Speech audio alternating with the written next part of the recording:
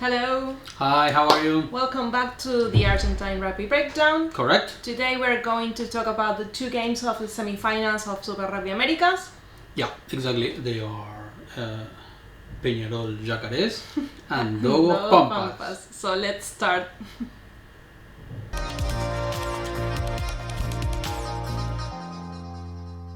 Okay, so both games were played yesterday on Friday night. The first one was Peñarol against Yacare.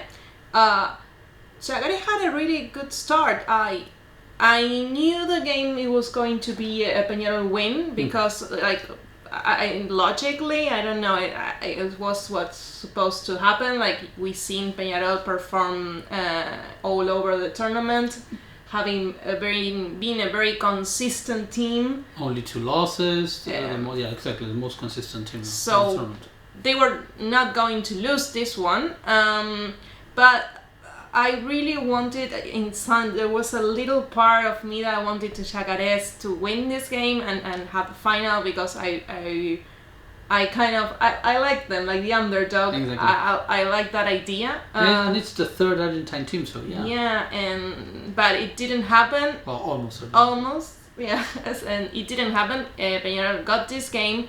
It took them, I don't know, 20-25 minutes to kind of settle and get that score difference and kind of have the game. Yes.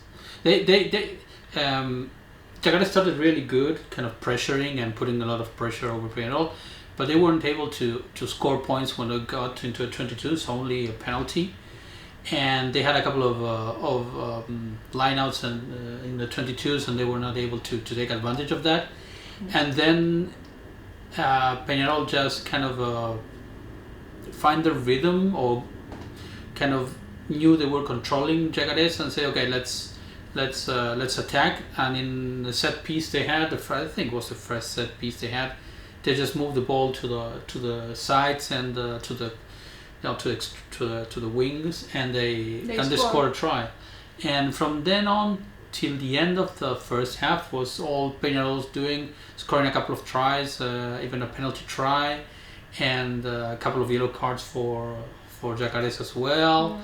And so it's that Yacare kind of lost their focus there. I think but also Peñarol is a much solid squad, a much solid team, much more mature. So it's understandable that Yacares would kind of lose their mojo or something like that. Yeah, I think it comes to the experience Peñarol had. It's the second year of more than 2 years. How many? Peñarol, it's the third year. It's the third year of full competition. It's the fourth year of playing all together as a squad. It's the third time they're in, like, kind of on this process. Like, each year they have been in semifinals.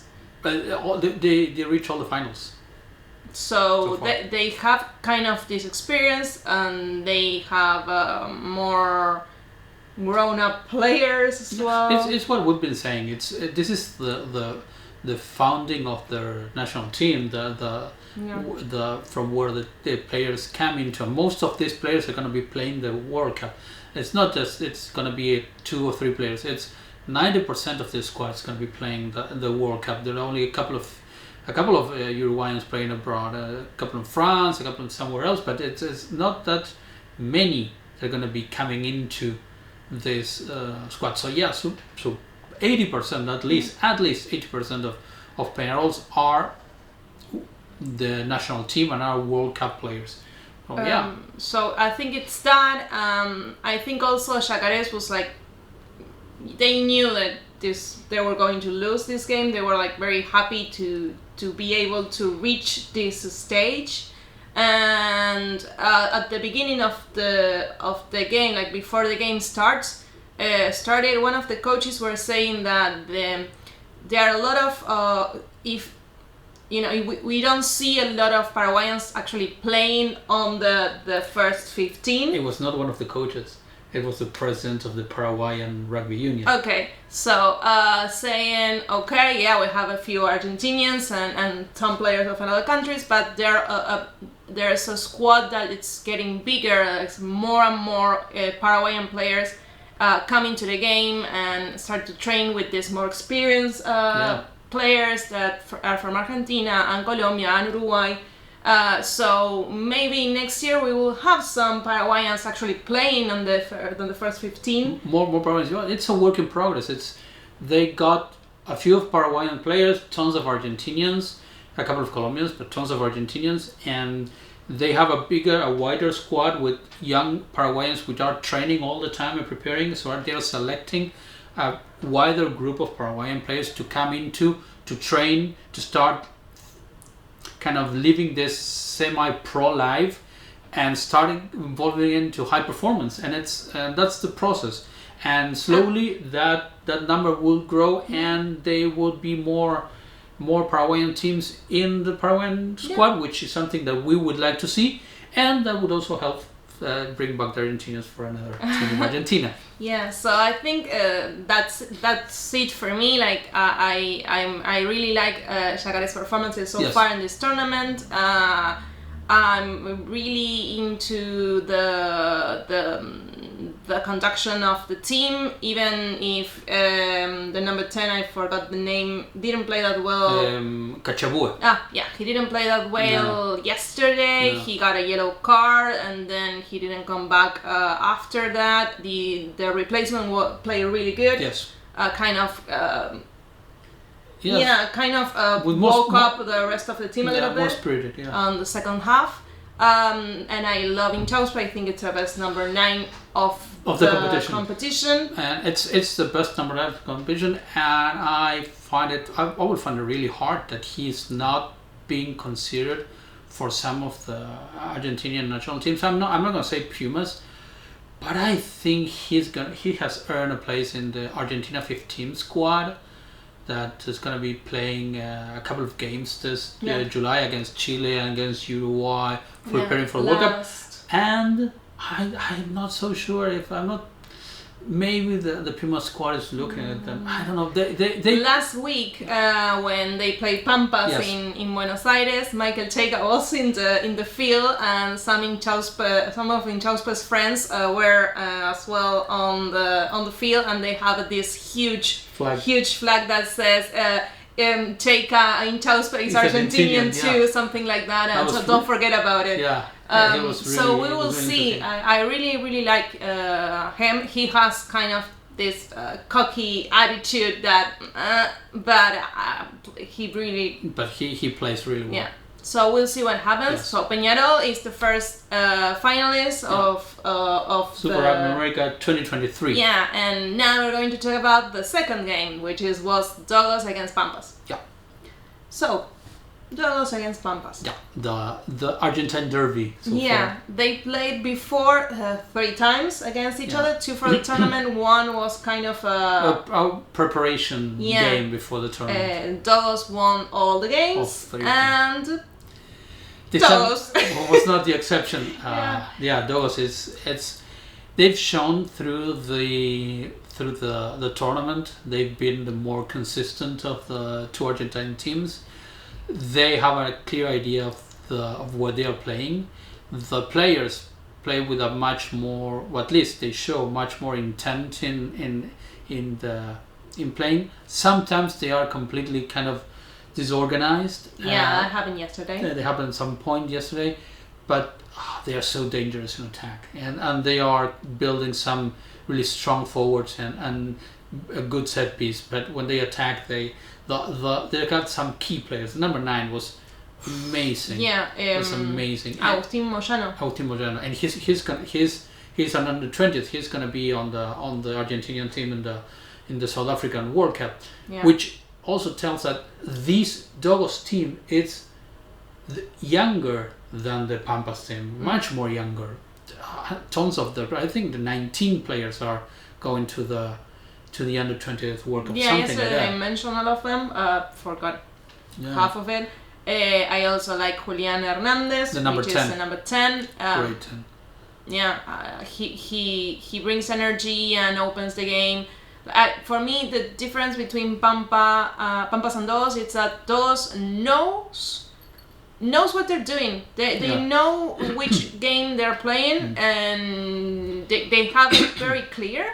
So clear that you actually can see what they are about, what's about them, right? For me, Pampas. Sorry, and they play with an intent, with a speed and an aggressiveness that's great to watch. Pampas on the other side, they kind of. They don't have an open game. They don't have a strong open game. But they managed at the beginning of this game, of yesterday's game, to they recognize that that's not their forte. No. So you have De La Vega Mendia, also an excellent number 10, who start kicking to drops goals. Yeah, he scored 2 drop goals. Because they knew they were trying to break Dogos' line. They weren't able to do it, so it's like, okay, just I will kick to the post and we'll see what happens. Which I think it's a great strategy that not many teams do. I think these were the first 2 dropped goals on the tournament, and I think it's a very good strategy to make, because I think that's the reason why Pampas was so close to win this game. Yeah. They were so close to it. They at 10 minutes before it finished, kind of Dogos finally was able to score a try. Yeah, and get a distance, but they were like 1 point ahead. Difference, yes. It was.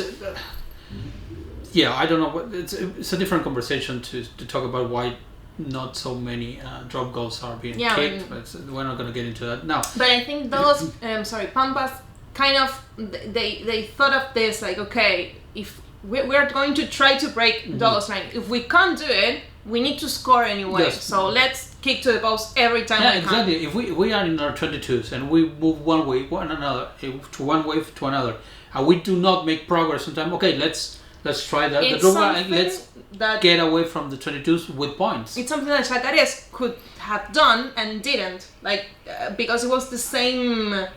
Yeah. It was the same situation. Like they have Peñarol had a very very strong defense. Yacare couldn't break through, and instead of kicking to the post and trying to drop goals, they just go line and maul, and that didn't work. And that's when they lost. Well, yeah, they lost key balls in the lineouts and in the 22s. Yes. For me, Pampas were cleverer than Yacare in this thinking. Okay, let's just kick to the post. This is a kind of a final. This is it. Yeah. So let's try to score as much points as we can. If we can't score tries, okay, let's just kick to the post and just deal with it. Yeah, we have a very interesting final. Yeah. The final will be next Friday. It will be in Uruguay. It will be Peñarol against Dogos. And one thing to mention about that is that we've been watching this, and it's sad to see that not so many people follow Peñarol. Maybe it's the size of the stadium, which is not a big stadium but for what we are used to. This tournament is big. But you see very few people there. Yeah. And Peñarol is the best team of the competition. They're the champion, best team of the competition. But they attract very few people. And that's sad, because yesterday game between both Argentinian teams, it was packed. It was in a club. There were small stands, but the stands were full, and there were people all around standing. Yeah. Just what we saw in when they play in Casi, that the one stand is full of people, and the rest are all standing around. A ton of supporters there, and you don't see that in Montevideo. And I completely understand, and I'm forward. I'm agree with that. Peñarol was the number 1 team of the competition, and he has earned the right to host the final, just as it's in Super Rugby. I don't know if that's the way they program here. But just fill that place. Yes, exactly. But they're the best team, and they earned during the regular season. They earned the home game, the final, and that's Yeah, fair. but I agree with it's that. a final, and you need a packed stadium to play. I would like that to have more Uruguayans people there. I don't think Argentinians from Cordoba are going to go to fly there to Uruguay. It's about 2 hours flight, but still. It's something that they can work for next year's tournament. I hope so, because it's kind of sad, because maybe it's a lot of people, but the stadium it's kind of a stadium is so big that you kind of think they're they're kind of separated. And it's kind of it's something like that happens in Super Rugby Pacific when they played in huge stadiums for national teams, and they play local franchises, and you're not gonna feel a 60,000 people stadium with, maybe they have like 20 10. I think it's 10,000. I think 10,000 people is a lot to watch a rugby game, but the stadium is so big that it looks empty. Well, here it's the same. Especially in the center kind of stands. Not the ones in the Ingles are never in the goals. In the Ingles are never there's no one there ever. Just a couple of flags and things like that. But in the side ones, there's still people are spread around, and I hope that the performances of Uruguay and Peñarol help attract more people, and in the future they can get more people there. Well, but we'll see what happens. The next game will be on next Friday. We're going to watch it from home, and we'll see what happens. We hope Dogos win, because we're Argentinians. Exactly. We want the Argentinian game. Squad. The Argentinian team squad. Thank you. The English. The Argentinian squad to win. So we'll see. Thank you for watching, and if you get till here, please follow us on social media, and we'll see you in the next video. Goodbye. Bye.